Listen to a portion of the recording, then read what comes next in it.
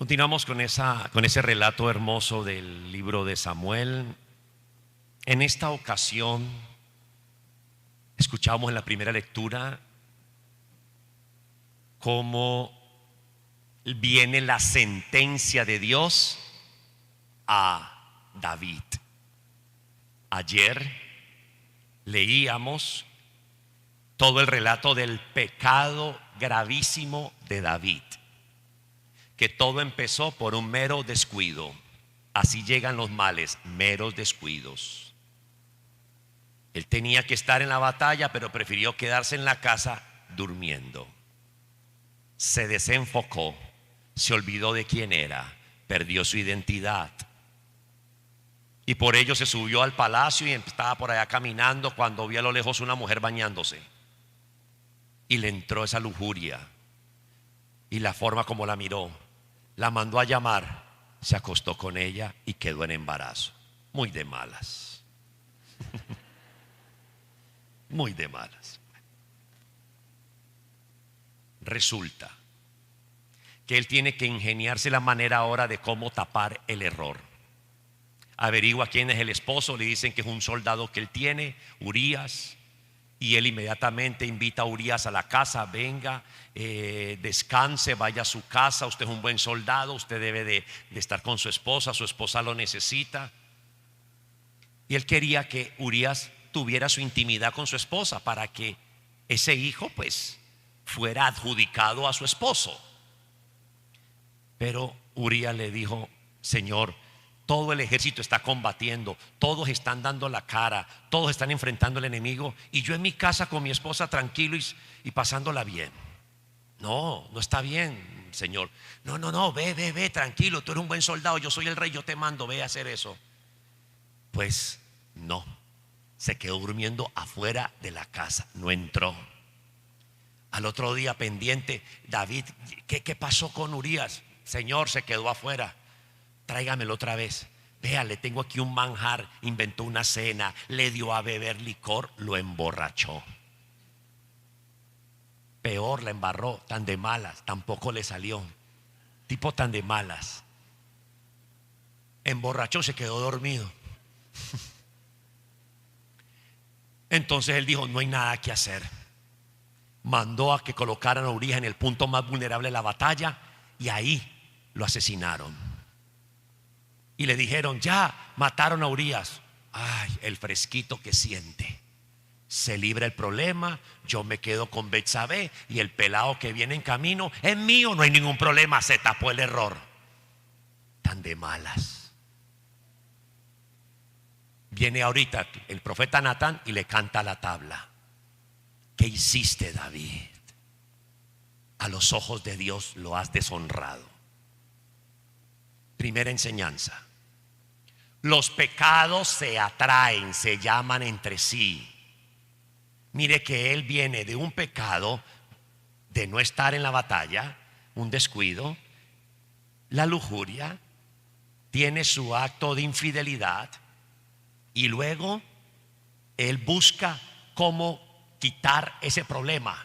Entonces, con engaños, engañando a Urías, la mentira, y termina matándolo. Los pecados se atraen. Detrás de un pecado viene otro. Detrás de esas rabietas viene otra cosa. Detrás de tu soberbia se desencadenan otros males. Los espíritus se atraen. Los que son alcohólicos, esos se huelen, se juntan, frotan una botella y es como Aladino, aparecen ahí. Yo no sé, esos son mágicos. Sí, son mágicos, salen de donde no habían. Las personas que son de temperamento fuerte se juntan, se buscan. Los drogadictos se buscan. Los chismosos se buscan. Se huelen a kilómetros. Este es de los míos. ¿Sí? Este es de los míos. Entonces, los pecados se buscan, uno se llaman, se atraen. Eso le estaba pasando a David, uno tras otro, uno tras otro. Segundo, cuando Natán le dice que un hombre rico tenía una cantidad de ovejas y bueyes y de todas riquezas. Y había al frente de él un pobre hombre con una sola oveja. El rico llegó y le quitó la oveja y mató al tipo. Y le dice David: ese hombre es un reo de muerte, no merece vivir. ¿Quién es? Y yo mismo lo ajusticio. Es usted. Usted fue el que hizo. Mataste a Urí, te quedaste con la mujer y todo lo que hiciste. Segunda enseñanza: siempre se nos hace más fácil ver los pecados de los otros que los propios. David se olvidó que él había hecho algo de eso. Él estaba como tranquilo porque Urías lo había eliminado y no le iban a achacar ese error. Y David le quedó más fácil ver el problema. Es que ese hombre, ¿quién fue el que hizo eso para ir a castigarlo? Es usted. Es más fácil ver siempre los errores y los pecados en los demás que nosotros mismos. David le costaba ver su error, porque porque muchas veces consideramos que los pecados de los demás son más grandes y más graves de los de nosotros. Muchos dirán: no, si es que yo soy débil, es que el diablo me tentó. Pero es el colmo, el vecino es un chismoso. Uno lo arregla, uno suaviza la situación. Es tan fácil ver el problema que es más grande que el del otro, que el mío. Es más fácil considerar que los demás son más pecadores que yo. Es más fácil ver el pecado en el otro que en el mío. Y siempre digo: gravísimo el error de la otra persona, gravísimo lo que hace. Y usted, eso le estaba pasando a David. Ese hombre que hizo eso merece el castigo, eso no es de Dios. Ay, Dios mío, es usted, cabezón. Es usted el que se equivocó. Tercero, Natán le habla de dos situaciones. Le habla de la culpa y le habla de la pena. El pecado trae culpa y la pena. La culpa, pues, es el acto torcido de la voluntad que te lleva y nos lleva a cometer los errores. Y la pena, las consecuencias que me trae ese pecado, esa culpa, que tengo que pagarlas. El Señor le dijo a David: has deshonrado al Señor. Y segundo, la espada no se te apartará de tu familia. Se la sentenció dura. Sufrió David en carne propia las consecuencias de su pecado. ¿En quién? En lo que amaba, en sus hijos. Terminando así que hasta Absalón, el hijo mayor de David, el que podía ser el heredero del trono, lo perseguía para matarlo. David tenía que esconderse. David ya estaba anciano, ya tenía su tiempo y ya no tenía la misma fuerza de antes. Y Absalón, su hijo, buscaba asesinar a su padre. Sentencia: las consecuencias de mis actos. El pecado comporta culpa y pena. La culpa, el acto torcido de mi corazón y de mi voluntad con la que deshonro al Señor. Y las consecuencias es lo que tenemos que pagar, las situaciones que tenemos que tener que enfrentar. Eso le tocó a David. Y David, el amado de Dios, David, el hombre al que Dios le dijo: de ti viene el Mesías. De ese homicida, de ese lujurioso, de ese mentiroso, viene el Mesías, su linaje.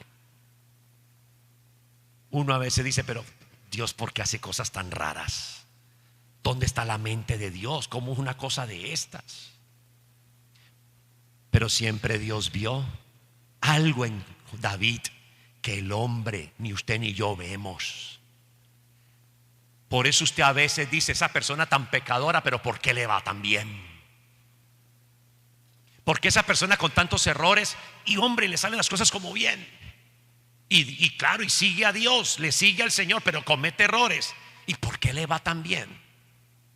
Dios sabe y conoce su corazón. Habrán cosas que Dios conoce que nosotros no conocemos, y por eso Dios lo bendice. Solo no se fija el Señor en lo malo, también Él se fija en todo lo bueno. Dios mira el corazón, no las apariencias. Cuarto, David entonces construye el salmo que recitábamos hoy, el miserere, el salmo responsorial. Misericordia, Dios mío, por tu bondad, borra mi culpa, ten compasión de mí, limpia mi pecado. Se arrepiente David, le dice a Natán: yo qué he hecho, el Señor, le fallé a mi Dios. Y David se arrepiente, y el profeta le dice lo siguiente, el profeta Natán: tu pecado lo ha perdonado Dios. Eso fue inmediato. Se arrepintió y el profeta le dice: tu pecado lo ha perdonado Dios, dando a entender que Dios ya sabía que pecarías, David, pero igual te perdona. Ejemplo, Jesús. Jesús sabía que Pedro lo iba a negar, se lo dijo y lo negó, advirtiéndole: me vas a negar, y lo negó. Jesús ya sabía. Dios sabe que usted le va a pecar, Dios sabe que usted se va a equivocar, Dios sabe que usted va a retroceder. Dios sabía del pecado de David. Por eso nadie puede considerarse un caso perdido. Eso es un insulto al Señor. Es un insulto a Dios usted decir: no hay nada que hacer conmigo. Es un insulto a Dios usted considerarse que no tiene salvación, que no tiene cómo superar su pecado. Es un insulto al Señor. Cada vez que usted se flagela y dice: no sirvo para nada, soy inútil, esto es lo peor, mi pecado y mi pecado y pecado, y esa culpa que usted lleva, es un insulto. Es un insulto al Señor.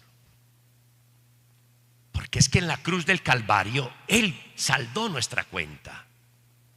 Pero obvio, necesitamos arrepentirnos y necesitamos enmendar nuestro error, y también necesitamos pagar por lo que nos hemos cometido. Pero llegar a considerarme que soy un caso perdido es un insulto, es una ofensa al Señor. Otro pecado más. Es un insulto que usted pueda señalar y enjuiciar a alguien y decirle: esa persona no tiene salvación, esa persona ya no hay nada que hacer. Es un insulto al Señor. Es un insulto. Jesús sabía que Pedro le iba a negar, y lo hizo el Papa, primer Papa. Hay que aprender a entender la dinámica del amor de Dios, que también está la respuesta nuestra al Señor. Quinto, el niño se murió. Esa fue una de las consecuencias. El niño que trae Betsabé morirá. No, y empieza a hacer ayuno, ora, le clama a Dios: va a morir. No, el Señor no lo va a dejar ir. Y se murió el niño. Si era un inocente, ¿por qué muere? ¿Qué culpa tiene ese niño? Realmente no tiene culpa el niño. Pero ahí están las consecuencias de nuestros pecados. Nuestros pecados afectan a los de mi casa. Mi pecado afecta a mi comunidad. Mi pecado afecta a la gente que está a mi alrededor. Un borracho en una casa es un problema. Aunque no todos tomen ni sean borrachos, ese borracho le friega la vida a todos. Ese temperamental, ese impulsivo es un problema en la casa. Pone a todo el mundo así, vea, tensionado. Ese alegón, esa mujer que alega por todo, desespera, crea problemas, desestabiliza la casa. Esa persona malgeniada, el pecado es de él, pero se tira en todos los que está alrededor. Mi pecado afecta al otro, aunque el otro no cometa ningún pecado, lo afecta. Mi error afecta el de enseguida. Una persona arrogante, soberbia, fastidia. Una persona hiriente, una persona que siempre está con el veneno en la boca, fastidia. El pecado es de él, pero incomoda, perturba, hace mucho daño. Son las consecuencias del pecado. Hogares se dañan por muchas razones. Pecado individual, dañaron todo. Hijos totalmente desubicados, hijos con unas heridas y unas culpas y unos comportamientos. ¿Quién dice, pero de dónde sacaron esto? Muchas cosas tienen que ver los papás. No todas, pero sí muchas. Permisivos, permitieron cosas, no fueron rectos en el momento, no les dijeron la llamada atención, problema, una cosa. Ahí vienen las consecuencias. Mis errores afectan a los demás. Las consecuencias de mi mal pues afectan a todos. Y último, ¿qué hacer entonces? Ahí está. Hay una gracia que se llama la indulgencia plenaria, que es el perdón de la culpa temporal por mis errores, pecados. El sacramento de la confesión y mi arrepentimiento perdonan mi pecado, pero las consecuencias son las que tengo que enfrentar. A David se le perdonó su pecado, pero vino la pena. Usted y yo, por muy pequeño o grande que sea el pecado, tendrá castigo siempre. Habrá algo que pagar. Tengo que purificar. Y por eso hay tribulaciones, por eso uno tiene dificultades, por eso uno vive momentos difíciles, purificando el pecado. La indulgencia plenaria es un regalo del cielo que nos lo otorga la iglesia, en la que contribuye a sanear las consecuencias de mi pecado. ¿Por qué Dios hace eso? ¿Por qué hace eso? Porque Él ve también todo lo bueno que hay en usted y en mí. Aunque nuestro pecado sea rojo como la escarlata, Él ve también muchas cosas buenas que hay en nuestros corazones. Y por esas cosas buenas es rescatable esa alma. Por ello puedo sanar las consecuencias de sus malos actos. Así opera la indulgencia plenaria. Es un regalo del cielo, es una gracia especial que la otorga la iglesia. Los invito entonces a que, reconociendo nuestro pecado y las consecuencias que traen esos errores, también está la respuesta de Dios, que es inmediata, que purifica, que transforma y que sanea las consecuencias que pueden traer mis errores. Eso, en definitiva, ¿qué hacer? Lo mejor es convertirnos, y así no nos va tan mal. Conversión y las cosas son diferentes. Gloria al Padre, al Hijo, al Espíritu Santo. Bueno, en el principio, ahora y siempre.